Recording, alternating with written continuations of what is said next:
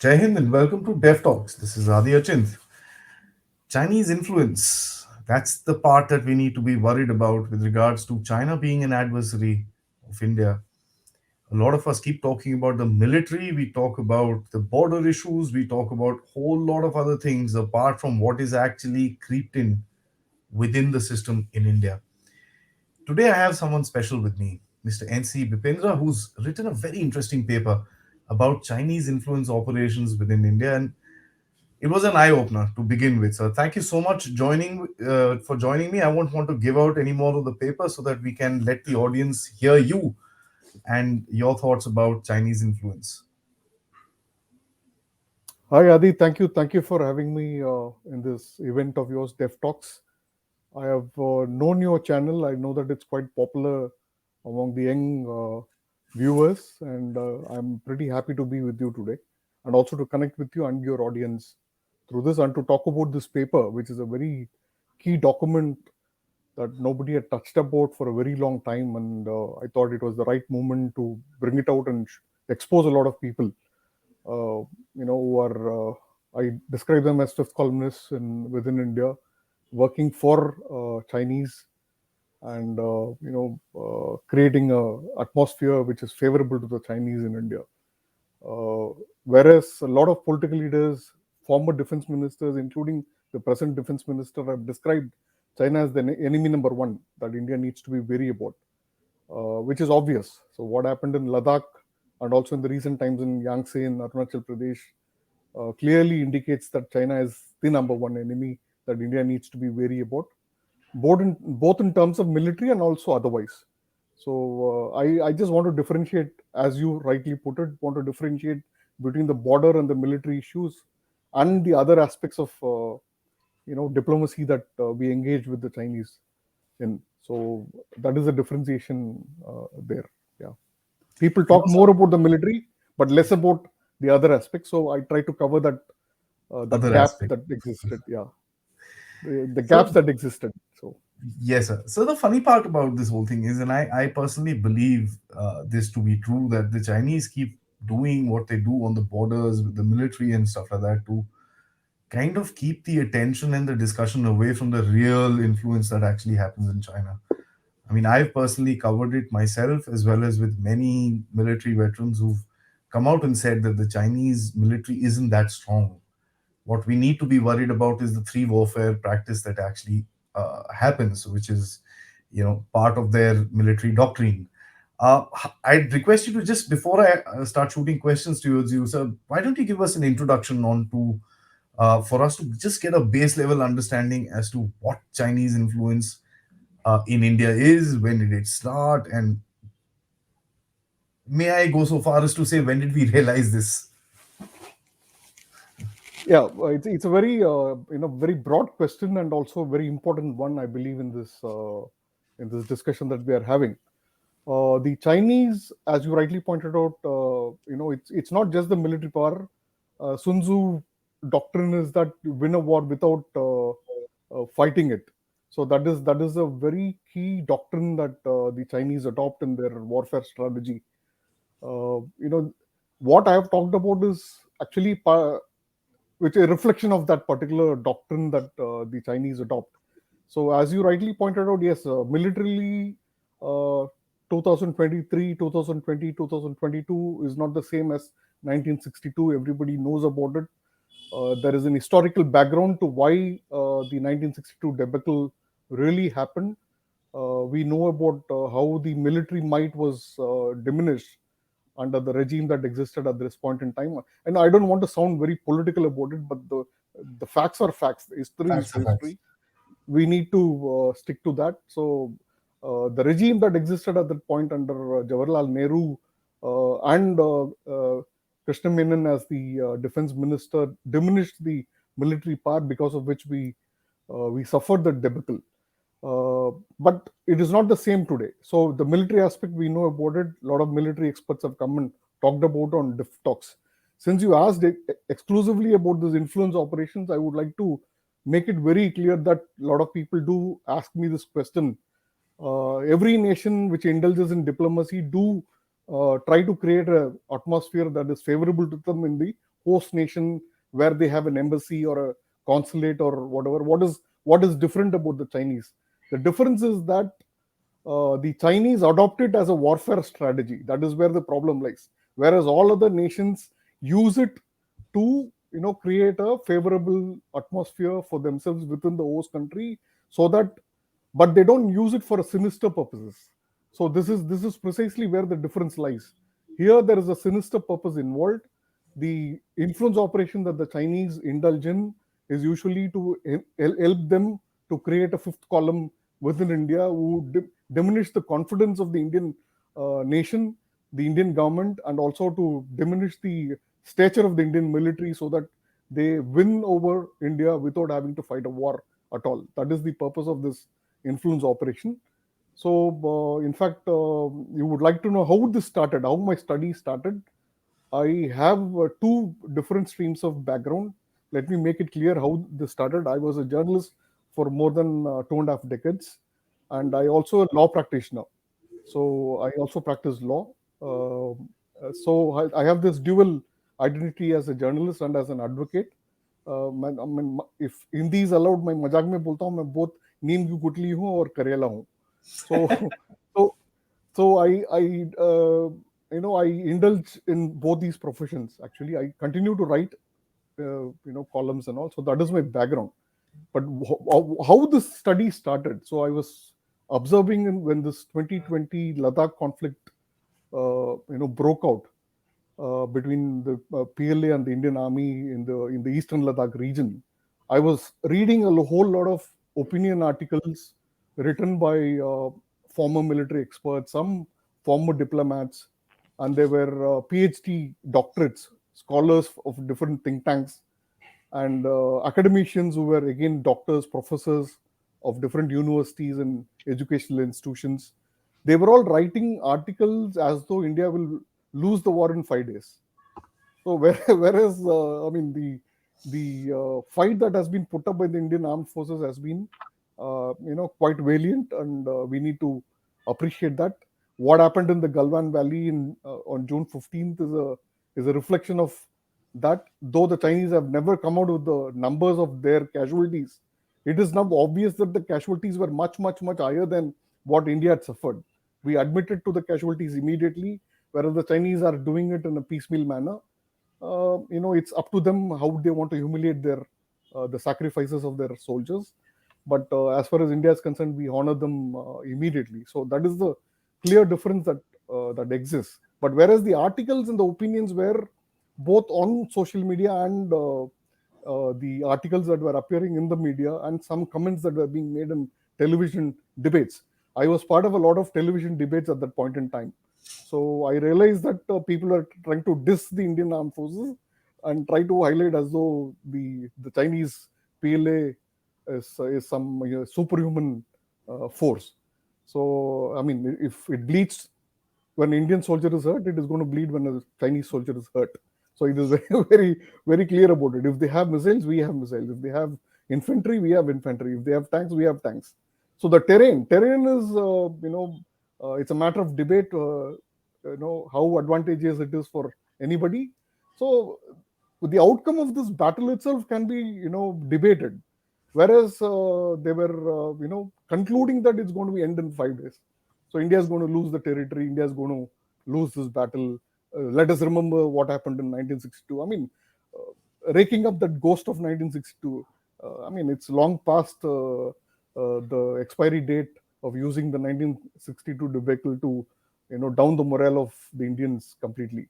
But the background to that entire article was to create a opinion among the Indian public that the Indian army is no good, the Indian government is no good, the Indian people are no good, and we can't stand against the Chinese. So that is what struck me as quite odd, because if you look at the sentiment of the Indian people at that point in time, it was quite, the patriotism was at its peak. In fact, most of the even before the government decided to ban a few Chinese apps or decide to lessen the bilateral trade with Chinese in a significant manner, the public had already started throwing out Chinese equipment that the handheld devices that they were using. they had started abandoning most of the things. People were boycotting companies, tech companies, which were having investments from the Chinese. So the sentiment was quite, high. It was against the Chinese. The anti-China sentiments were quite high. So there was a disconnect between the opinion of being expressed in the newspapers and what the people sentiments were. So my I started analyzing, or rather, my team started analyzing.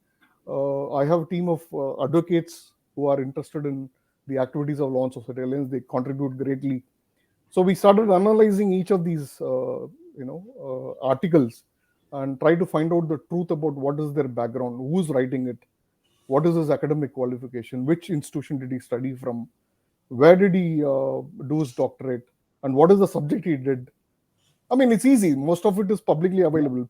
That is what I mean. I keep jokingly telling people that people leave the trail of their background, strewn all over. If one person consciously tries to find out, it's very easy today in this digital age to find out the background of a person and who they are, what they are, and the most of the institutions that I have exposed in this are they left their telltale signs in their annual reports, in their the money trail that they obtained from the Chinese in their annual reports. So they were such stupid people. So if you're doing an influence operation, do it covertly, right? So, uh, I mean, today we have means to even break that covert operations that happen. So that is how this all started. You asked me how much of an influence operation happens. I would say that the Chinese influence operation has permeated all levels of the Indian society. They have influence. I have just covered about 9 areas in my report, but you can easily believe that the influence operation has permeated all along. They have the money power. They throw money at people to buy influence. Individuals, institutions, uh, NGOs, you name them. So they have influence in um, all levels. Fifth columns have been created within India, and they can use this fifth column, trigger it, and use it whenever they want. That is the kind of influence operation that they have achieved. Uh, so after this report came out, fortunately, the government wanted to engage with Law and Society Lanes on this report. We did engage with the government, and of course, they won't come back and tell me what action they have taken, but I know for a fact that some action has been taken, and some of these people who were exposed, usually they used to get a lot of government grants. Say, for example, a think tank. I don't want to name them right now, but some think tanks used to get crores and crores of rupees as grants from the government for doing study on China. But actually, that think tank is an influenced think tank by the Chinese themselves. So it was working for the Chinese, but taking money from the Indian government and also some money from the embassy for the influence operation that they were created. So the government reduced the grant, and in some cases, they have stopped the grant itself for such institutions. So this is the kind of effect this report has generated. So just wanted to share that, how this all happened basically. So, interestingly, the entire ecosystem has been infiltrated, and that's something that one can actually make out by reading your report. I think we'll give a general idea to the audience right now, and probably looking at the feedback as to what particular area that the audience wants to, when the viewers actually watch it, they want to dwell into. We can talk about it in future episodes. But I want to kind of talk about an overall picture, sir. So the first part that you spoke about is, I think, everybody's favorite, and that's something that I've till now I have not really said anything about on my channel, and that is the entertainment industry. The main thing that I find on entertainment is that the dumbing down of every little thing has been done so far that the analytical capability of the audience has been left to rot. Right? There is no thought process which is coming out in this thing. Now, this I feel is a particular kind of influence which is making people not think, right? And of course, there are certain very interesting events that you've highlighted. So I'd leave the floor to you, sir. Why don't you shoot and tell us how have the Chinese got into the entertainment industry? Yeah, but the entertainment industry in India is one of the biggest leverage or biggest platform that one has to create a great influence among the public. So India is generally very cinema friendly Hmm. population. India has a very cinema friendly population. The hero worship is a culture that we have. So, and which other platform is good enough to find heroes for yourself? So many times the real heroes is what people idolize, and they try to. I mean, it's a great medium for influence operations. Anybody can do so. Obviously, the Chinese United Front Works Department, which is their the covert operation department, they decided that this particular sector in India is a very good option for them to create public opinion. Hmm. So, Hmm. and also to ensure that no anti-China views expressed in these platforms, because it does create a lot of, if one movie talks about, the Ladakh warfare, and or say the Galwan Valley conflict, you can imagine the kind of sentiment, anti-China sentiment it could generate. The movie could generate. So it's a good story to tell actually. So if I hope one good Indian, South Indian, film producer or a director like Rishabh Shetty takes up the story of the Galwan Valley and tells it to the people. So it's a very important sector as far as influence is concerned. So even though the government of India or in any political party relies on film stars to take their messages forward. So we see a lot of film stars becoming the brand ambassadors of government programs, or say they walk along in the the Jodo Yatras. So all that happens. Film stars are very important Yeah, yeah. influences, Hmm. social influences. So, probably around 2018 is where I have traced how the influence operation started. So the Chinese basically have a Beijing Film Festival. It's an annual event. So in 2018 they decided that they need to engage the Indian entertainment industry, and in 2019 Film Festival in Beijing they invited the King Khan to the as the chief guest, and Kabir Khan accompanied him as another important guest in that event. So that is where it started. So, and I mean, what they really did was to fund or produce movies in the Indian, especially Bollywood. They didn't go much. Hmm. Fortunately, they could not Hmm. influence. Maybe they could not influence the South Indian film industry, but Bollywood became a tool for influence operations. They started co-producing movies. So they dubbed the movies in Chinese and took them and released them in China. And they were putting out, unimaginable figures like 500 crore uh, what do you call it as earnings in China by a particular movie that was acted by Amir Khan. Uh, so this kind of it works two ways. One is you influence the influencer himself. That is one way of doing it. The other thing is you ensure that you don't have any anti-China Hmm. views being expressed in the movies. And one example which I've quoted, which I can remember offhand from the report, is the Tibetan flag that was used in this movie, Ranbir Kapoor's movie. Hmm. Hmm. What is it? Name of the movie? Rockstar. Rockstar. Rockstar is the name of the movie, where there is a Sada Hak karke, there is a song.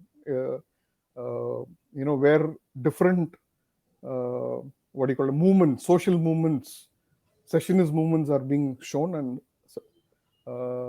where they have this Khalistan flag flying without any hassle, but a Tibetan flag is not allowed to be shown. So they smudge it so that it is not visible. Free Tibet में free दिखेगा, but Tibet नहीं दिखेगा word. So this kind of influence operation that they ensured, uh, they must have paid a huge sum of money, I can assume, I'm sure. to ensure that this kind of a thing is not allowed by the censor board of the time. So it reflects very badly on the Indian censor board to have allowed the Khalistani flag but not the Tibetan flag in a event like this, in a movie like this. So entertainment industry, especially Bollywood, is completely completely under the influence of the Chinese. So they fund movies. Even if there is a loss, they bear that loss. They have enough deep pockets to bear those losses. So that is how they do it. So uh, entertainment industry is compromised. Yes. I mean, guys, there is just so much more that sir has mentioned. Of course, I want to leave a little bit on for the paper as well, so you guys can read it. And of course, please, as when all the viewers in the future, when I put this up, you can watch, ask questions so that we can build it up for the next episode. So the next thing I want to talk about, you hinted it in your introduction, is civil society. Yes, but I think I want to hit the think tanks first. And you kind of mentioned the India-China standoff, and bear with me for 30 seconds when I actually tell you the story of how Dev Talk started. Was basically listening to that dole that was being given to us every day at 7 and 9 in the evenings, because those are the days of the lockdown and everybody was glued on. I was glued on to my tab trying to find out if I can learn something about the India-China standoff. So you hear one guy who says there's nothing, don't worry, Indian army is there. And the next guy comes around and says, no, no, no, China has this rocket, this, that, and the other. And that's when one realized there seems to be something wrong.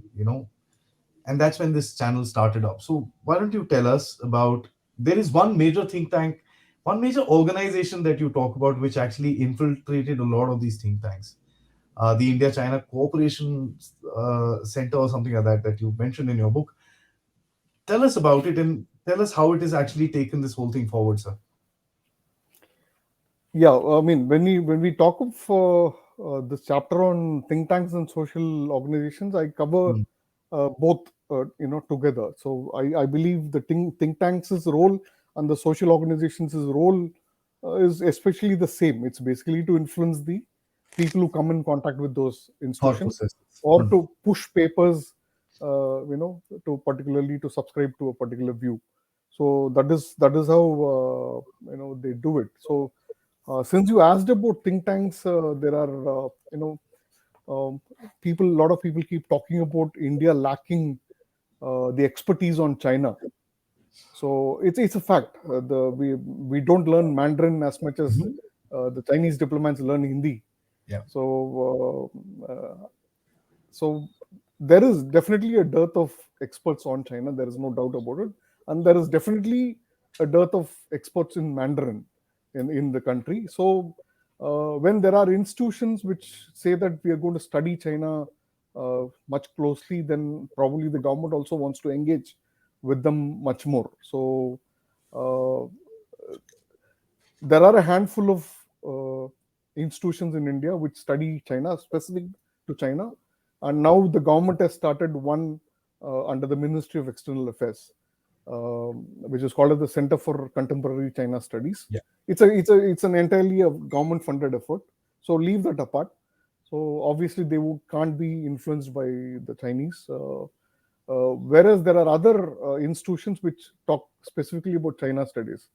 So a lot of them have been influenced uh, by the Chinese. They've infiltrated them, they have funded them. How do they do it? They actually fund research work, and they also provide access, specific research work, specific. Say, for example, somebody wants to study the CPEC, China-Pakistan Economic Corridor. Hmm. So the Chinese embassy will fund that particular research.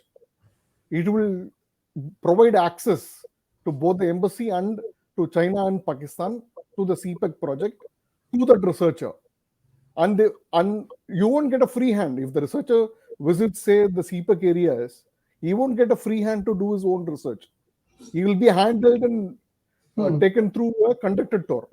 So that is how they do it. So, and they come back, and when they are there in either China or in Pakistan to study the CPEC, they are taken care of so well. They are given a cash allowance for a day. For every day that they are there, they are provided a cash allowance. They are taken care of pretty well. They find their weaknesses and they try to address their weaknesses. So the guy is floored. The researcher is floored. So they come back and write glowing tributes to China, CPEC, BRI, and whatnot. So any project that they do, they provide glowing tributes to the Chinese. They say that there is no other country like China. Mm. Uh, they are the most powerful. All that statements are made in these reports. So that is how they do it. So it is true for not just the think tanks, but also for the social organizations. Like for example, the Chinese embassy in New Delhi, it funds one institution called as India China Youth Dialogue. So that guy who heads that is a crook, and that fellow is provided enough access. We know his background. So we'll come out with another report on all these individuals also very soon. But the point is, he's a crook. There is no doubt about it. So we have enough material on that guy. So that guy is provided access, and he gathers youth, and they conduct events in embassy. The embassy provides venue. The embassy provides funding. The embassy provides IT. It provides lunch, everything. So this guy's job is just to mobilize people, and the ambassador, his wife, all of them come and give lectures to them, talking about the greatness of China. So this is how the minds of the youth is being influenced by these guys. So I'm not trying to simplify things, but these are for the layman, for a normal viewer of your channel. He needs to understand how this happens. So that is why I'm trying to lower down the bar of how the operations happen. Yes, sir. I So mean, I hope this is not going to be a last interaction, and I've been saying that after every question. I want to drill further into this because what you're trying to tell us, well, it's not scary because I find India to be a little more resilient than that. But having said that, the influence within us can change a lot of things. And we had a near miss, as you said, during the China standoff. If the entire media would have just started writing what you said, that remember 62 and this and that, you can imagine all of us would have been like, yeah, what's going to happen? So, sir, may I request you take you mentioned the embassy, you mentioned think tanks. Now, that of course connects to academia, research, to sponsored visits, to research visits within China, which are very famous. I mean, the wining and dining that happens as a matter of fact, Indian chefs are taken so that your food preferences are taken care of, and so on and so forth. Just tell us about that because to me, as a layman, it looks like they've targeted the key people in certain places who then talk. yeah, in fact, academia is a very specific and a very important target for the Chinese as far as their influence operations is concerned. One way they do it is Confucius Hmm. Institute that they float. They say that they're going to be teaching Mandarin in that institute. No, this kind of the soft power diplomacy. So they try to use the soft power diplomacy to influence people. So they come in contact with good people, and they start grooming that person. If they get a good intellectual or a good person who can mobilize people, who can mobilize opinion, who can write well, so they start grooming him into writing favorably or doing work in favor of China. So that is one aspect of it. This Confucius Institute exists almost everywhere. It's a universally applied principle in all nations. So that they do. But what is the other aspect that they do? They sponsor study centers in universities and institutions. Like for example, there are a couple of private universities in the NCR region. One is very close, somewhere in Sonipat. So this particular university has the study center, and through that study center, they encourage people to take up Chinese research. So I mentioned this about the think tank. Similar operation happens. They fund that research. They get their PhDs on the subjects that the Chinese embassy dictates. So, so they do their PhDs on the subject that the Chinese embassy dictates. They're given access. They're given money, and they come back and write, Whatever flowing they want after tributes, that. thesis, theses on how China is so great. So this kind of an operation they do. The university is also pretty happy about it. See, please remember, running an educational institution is not easy. It There is a lot of fund that is required apart from what you collect as fees from the students. The fees is not enough to manage all the expenses that a university incurs. So this kind of funding that they get is quite. They are happy with such funding. So they are gullible. I would say more than gullible. They are pliable. So they they easily accede to the request of the embassy because of the lollipop that is being extended by the embassy in terms of funds. So not just these institutions, private institutions, even some of the government institutions have fallen prey to this. Yeah. It's there in the report. See, I don't want to tell everything about my report, so that I want people to go and read it actually. So uh, you know the report talks about several number of institutions, both government and private, which have been exposed to this Chinese influence operations, and they are compromised in a great manner. As all buying influence. Just you pay money to buy that influence. So that is how they do it. And you know, there is another university in Sonipat again, which hosts the Chinese experts to head their China Study Center. So, so if the China Study Center is headed by a Chinese, what else do you expect from him?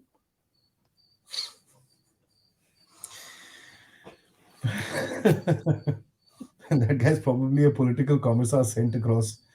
Obviously, I mean, he's a political appointee. He's appointed by the Communist Party of China. It is obvious. He's not some great academic expert Yeah, who is going to guide the students on how to do your China studies. no, he's probably a great academic on the Xi Jinping thought when he's got a PhD or something. So moving That is quite forward, possible. we spoke about the media and the misrepresentation of China within our media. I mean, I personally get perturbed with one little thing because it's called Dev Talks, primarily defense, geopolitics, and strategy. In India, and I say this very often, we've got this disease called the fastest finger first, right? And I'm saying this, there's no cure for this. There's a disease. Everybody wants to be the first to put out stuff rather than be the best to put out stuff. Even Yep. on YouTube, you find the news is barely finished. I mean, the probably it's come on a ticker or something, and the ticker is barely finished, and YouTubers have started making videos on it because everybody wants to be the first on it with whatever little, this, that, they, oh, story, and nothing much. So this fastest finger first and the race for TRPs has actually given a huge gap within the analytical skill of the media. Now, this is my opinion, sir. Now, when you have a gap like this, it's a free for all for the enemy, sir. Right? So tell us if I'm right, or is there another way that the Chinese have gone into our media, sir? In fact, yeah, what you say is right. The fastest finger first syndrome that exists. So it has the ability to expose a lot of secrets that a journalist comes across when he interacts with essentially the military establishment. Mm. Mm. So if the person is a defense journalist or even a diplomacy journalist, so they come across a lot of information many times during one-on-one talk with some military officer or a bureaucrat in the ministry, or say a diplomat. They do come across a lot of information. I mean, it's an occupational asset, so you can't wish away such a Hmm. thing. But I think many times what happens is journalists lack the essential training. See, for example, if there are 30 odd journalists who go to the Ministry of Defense to cover defense news on a daily basis, hardly say one third of them would have got trained as a defense correspondent in the defense correspondence course that the Ministry of Defense organizes annually. So that is where you are taught certain basics, and also you are taught ethics, and also taught a little bit of how to be careful with information. So the rest, two-thirds lack it. So many times they want to prove themselves. They are mostly youngsters. They want to prove themselves, and they do a mistake.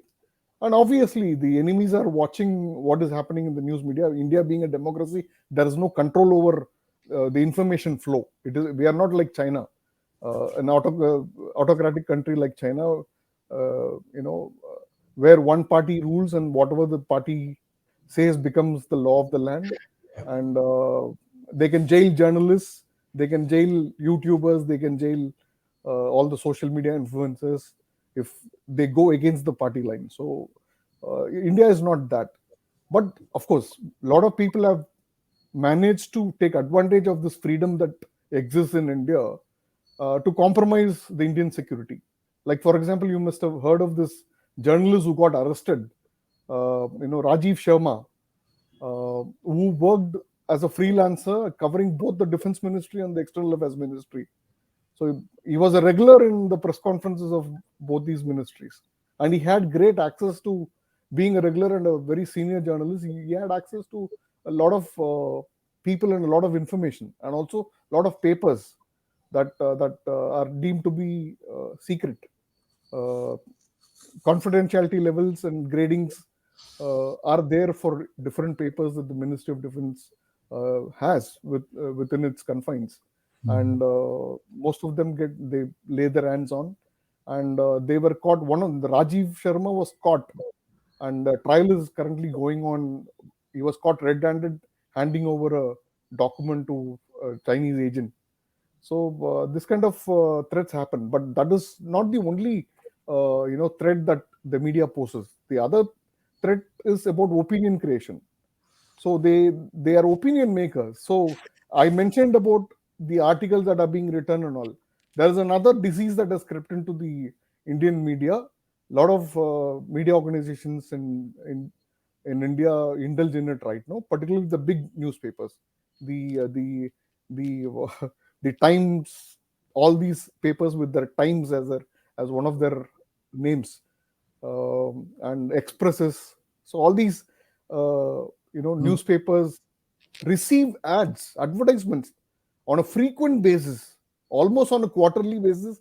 They receive uh, 2-page, 3-page, even 4-page advertisements, and the advertisements are in the form of articles that are written by the Chinese themselves, and again glowing tributes, projecting as though China is the greatest country in the world, and it's the heaven on earth. People shouldn't go to Kashmir or Switzerland; they should go to China for their leisure. So this is the this is the kind of projection that they do in these articles. It's shameful, actually. It's shameful if you read those articles. It's a dumbed down article that is written that you feel ashamed to even being a reader to those articles. And these articles are being published as advertisements paid for by the Chinese embassy, and each advertised page costs in lakhs. Yeah. Okay, one quarter ad, they would have got about 20 to 25 lakh rupees as an Mhm. advertisement. Apart from this advertisement payment, what is the payment that the newspaper is getting? Because now they are pliable, they are compromised. You have received money from the Chinese enemy, so you can receive any amount of money on the fly also. Yeah. So in fact, in the recent times, I have on my Twitter handle, I have exposed these newspapers. One day I see a 3-4 page advertisement of this sort from the Chinese, and on the second or third day from the advertisement, I see a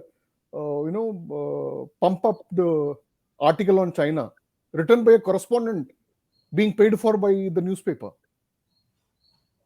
I have tweeted that also.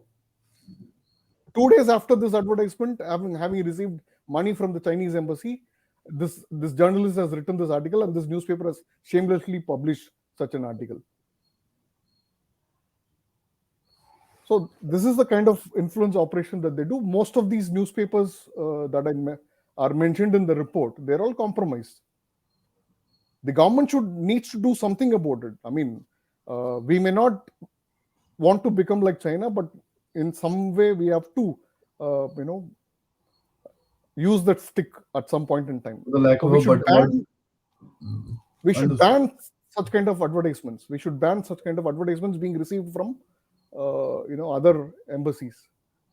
If your advertising department goes and canvasses for an advertisement for, say, an annual day of Senegal or an annual day of Nigeria, I can understand that. But you shamelessly publish 3 or 4 pages of advertisement of articles that are written by the Chinese themselves, paying tributes to them. It's like saying Bipindra is the greatest. If I start advertising tomorrow, how foolish and stupid would it be? So it's like that. So this The this is how they buy influence among the newspapers. Uh, Adi, please go and track these advertisements, and also see 2 3 days later you will find a very positive looking article that is being written by a very senior journalist from that newspaper. You track it. If you track it, you will see the trend. somehow, sir, thankfully, I've kind of controlled the content that I take in, because with the with the whole game of narratives that played out, especially during the Russia-Ukraine war, I realized, oh my God, if I start reading everything, my head is going to blow apart, because there's, this thing. So I trust a certain source in this thing. And might I add, sir, the two-page spread ad, or not ad, the two-page spread congratulatory message that was sent to Xi Jinping by the Hindu That is after. again paid for. It's not as though the Hindu was gracious enough to spare its space for greeting Xi Jinping. I mean, of course, it does reflect the kind of mentality, the subservient mentality of the Yeah, Hindu yeah. themselves to the Communist Party of China. I mean, I call them as the Global Times from Chennai. So Global Times published from Chennai. So this Global Times published from Chennai does this. It does this shamelessly, and Yeah, they this also get. journalist who was caught was used to publish in Global Times, sir. Correct? Yeah, yeah, I used to write for Global Times. Yes. Yeah, yeah. And I incidentally have read one or two of his articles. So for me, it was like, what? This guy? So earlier, he used to be considered as one of the good journalists. That is what was the image of this person. Okay, so the external image of the person is not what the background is. So what you see, वो हाथी की दाम के बारे में बोलते हैं ना, जो Yeah, दिखाने के लिए है दिखाने वो वाला. खाने के लिए नहीं Hmm. है. वो ऐसा है. So, I'm telling you this, the kind of audience that I have, they're going to be asking me to get you more often. And that is something that you will have to do for us, because this is No, an I will be educating. more than happy. I'll be more than happy to be on your show anytime. This is an educating episode, and we are giving an overview right now. Uh, I'd love to get into in-depth discussions with regards to the current happenings. You've mentioned some stuff in your report, so that we can add to what there are stuff which is there, because every little day you find something or the other cropping up which you say, hey, ye kuch garbad hai.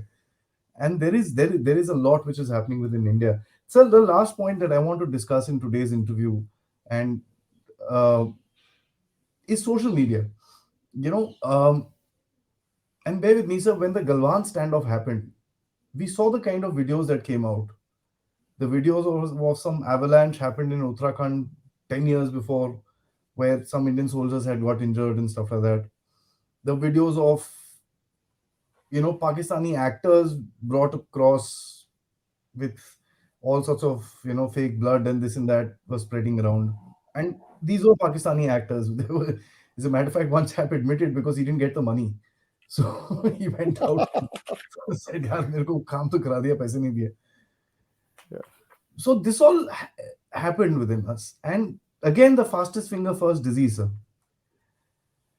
The main thing is that we don't even know on social media. There are so many outlets on social media that claim themselves to be news providers, right? So many of them. I mean, every third guy is a follow me for updates. And until and unless you literally go through, find out, read his sources, try and research his sources, you will not come to know. So to me, the social media is a bigger weapon than anything else. Sir. And correct me if I'm wrong, and tell us how what you have found within the Chinese influence in the country, sir. No, you are absolutely right, Adi. I agree with you on that point that social media is a big threat that way for narrative building, as you the term that you used earlier. Yes, absolutely. Narrative building is, and it's a real weapon in the hands of the Chinese as far as information warfare is concerned. So you did mention about a couple of examples of how this information warfare for unleashed during this Ladakh conflict. Mhm.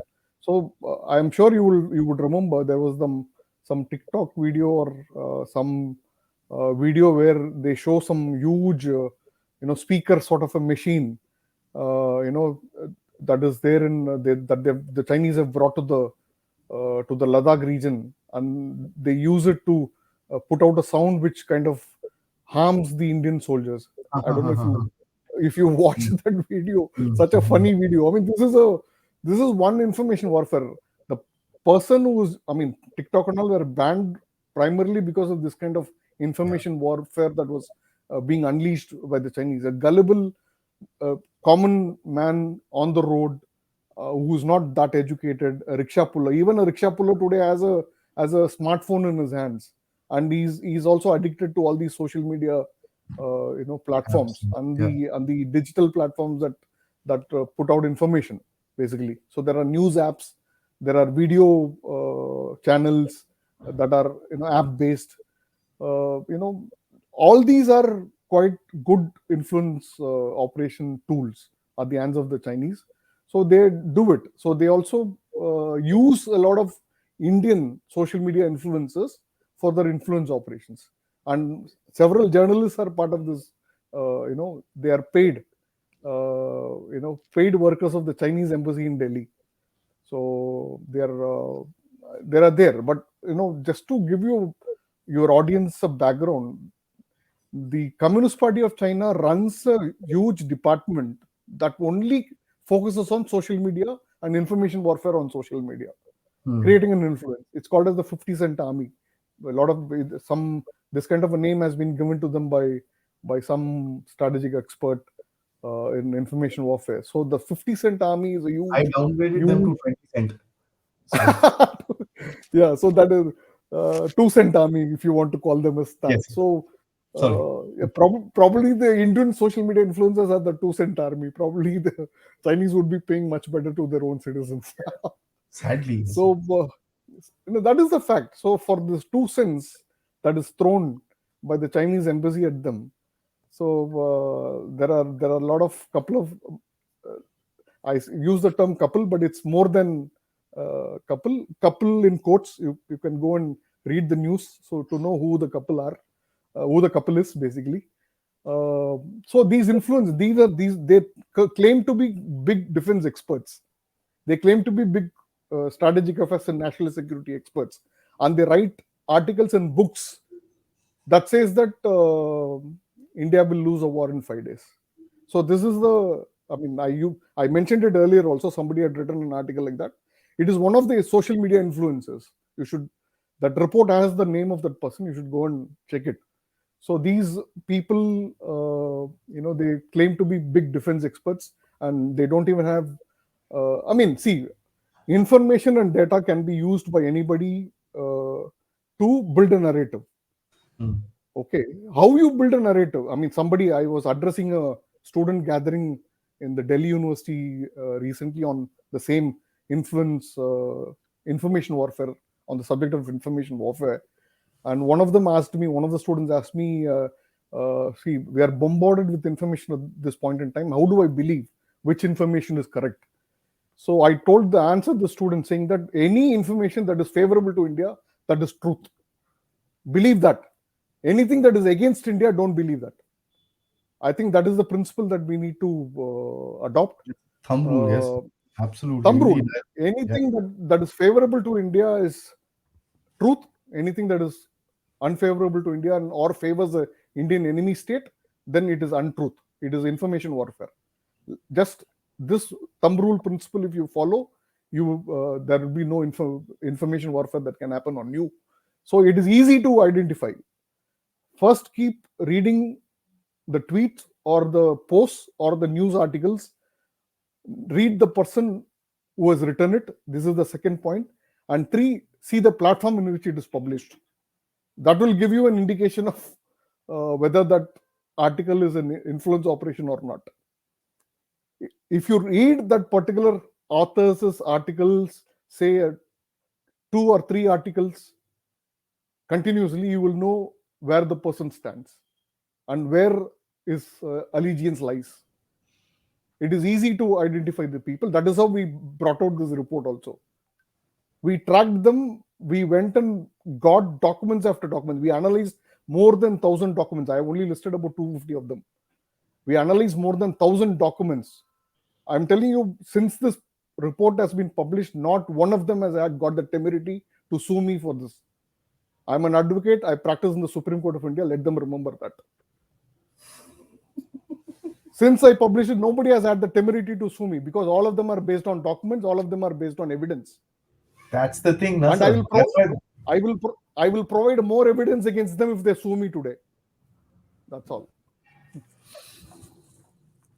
I must say, sir, see, when we were introduced, I would just say that, and I think we were connected on LinkedIn for a while, sir.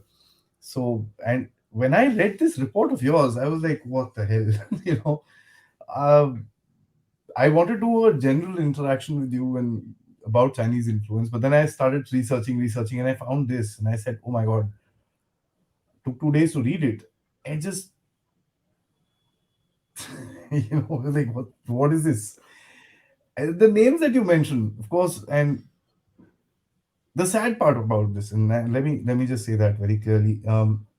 Of course, I'm not going to say out the names. Let the guys go themselves. Please read this report, guys. It's a 70-page document. It's a nice. You can probably go through it in a day. If you just on a day off, just sit in the morning, sham tak ho jayega wo.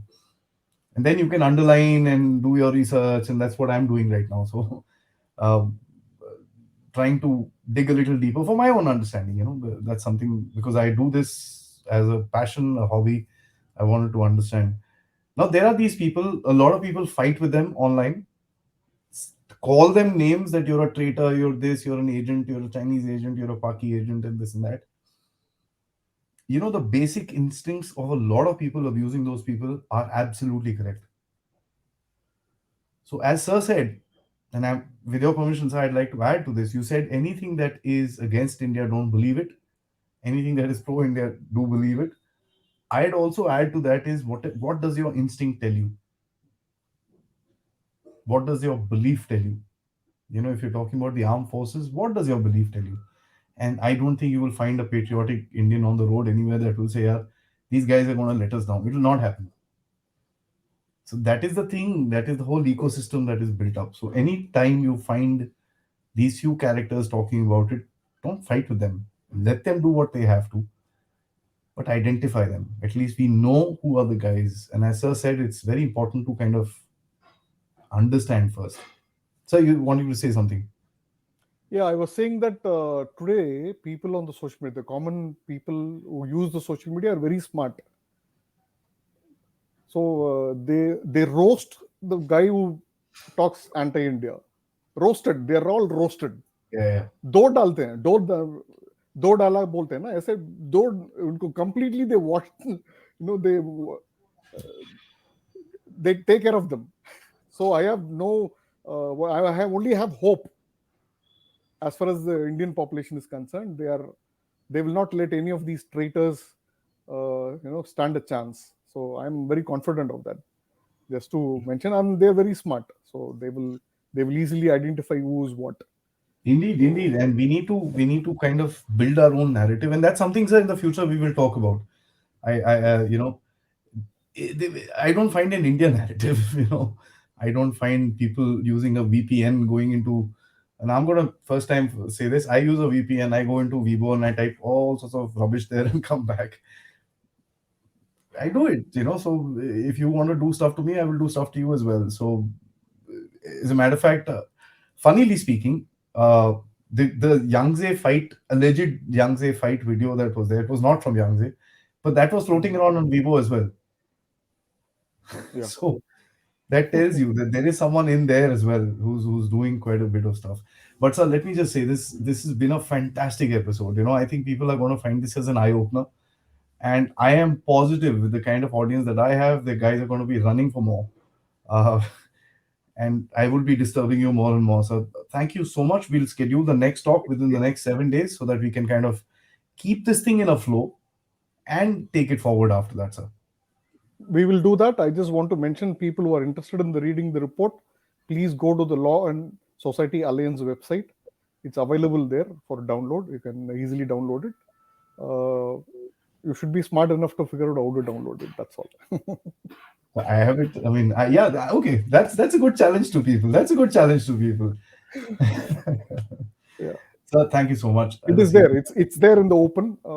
If you want to download it, you should know how to download it. That's all. Yeah, I mean, I got the physical copy, but I Yeah. found the download this thing. It's there all over the place. But guys, see, the deal is not about anything else. I am talking about the factor that this report is probably a baseline for us to understand what the game is, and the game is pretty deep. We The game hear is things much, much bigger than Ladakh. the The game game is is much, much bigger than Ladakh. absolutely.